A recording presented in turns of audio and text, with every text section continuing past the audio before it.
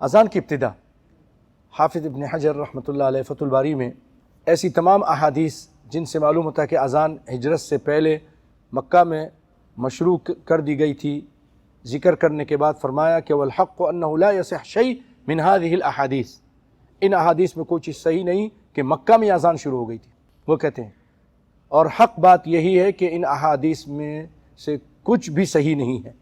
مکہ میں جو اذان کے بارے میں احادیث ذکر کی جاتی ہے مکہ میں شروع ہوئی تھی، صحیح نہیں ہے۔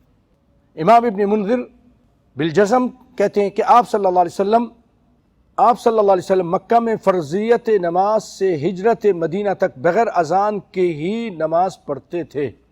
امام ابن منذر پورے تاکید کے ساتھ کہہ رہے ہیں کہ مکہ میں فرضیت نماز سے ہجرت مدینہ تک بغیر اذان کے ہی نماز پڑھتے تھے، حتیٰ کہ آپ صلی اللہ علیہ وسلم نے اس سلسلے میں صحابہ کرام سے مشورہ کیا کیا کرنا چاہیے۔ صحابہ نے کہا ناقوس، بوق اور آگ وغیرہ جلانے کا مشورہ دیا۔ یہ بھی آپ نے کہا کہ ایسا کرتے 2 لکڑی لے لیتے ہیں، اس کو زور زور سے ماریں گے تاکہ لوگ اس کو سن کے آ جائیں۔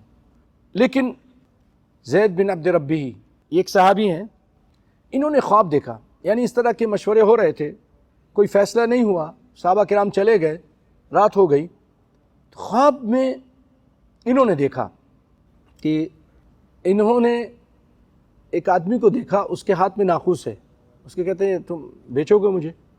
کیوں بھائی؟ اذان دیں گے ہم لوگ۔ کہا میں تم کو اس سے اچھے الفاظ نہیں بتا دوں، اس سے بہتر چیز نہ بتا دوں، پوری اذان بتا دی، اللہ اکبر سے لے کے لا الہ الا اللہ۔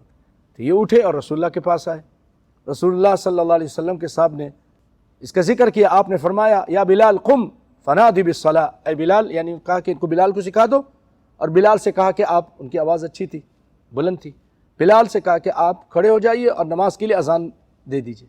حدیثوں میں آتا ہے کہ یہ آوازیں سنی تو سیدنا عمر بھی بھاگے ہوئے آئے کہ یہی خواب میں نے بھی دیکھا، یعنی اللہ کی طرف سے ایک سچا خواب تھا، اور رسول اللہ صلی اللہ علیہ وسلم نے پھر اس کو نافذ کیا۔ یہ بخاری کی روایت ہے، یہ جو سیدنا عبداللہ بن زید بن عبد ربی نے خواب دیکھا۔ بعد ازاں عہد رسالت میں اسی پر مداومت رہی، یہاں تک کہ آپ صلی اللہ علیہ وسلم رخصت ہو گئے۔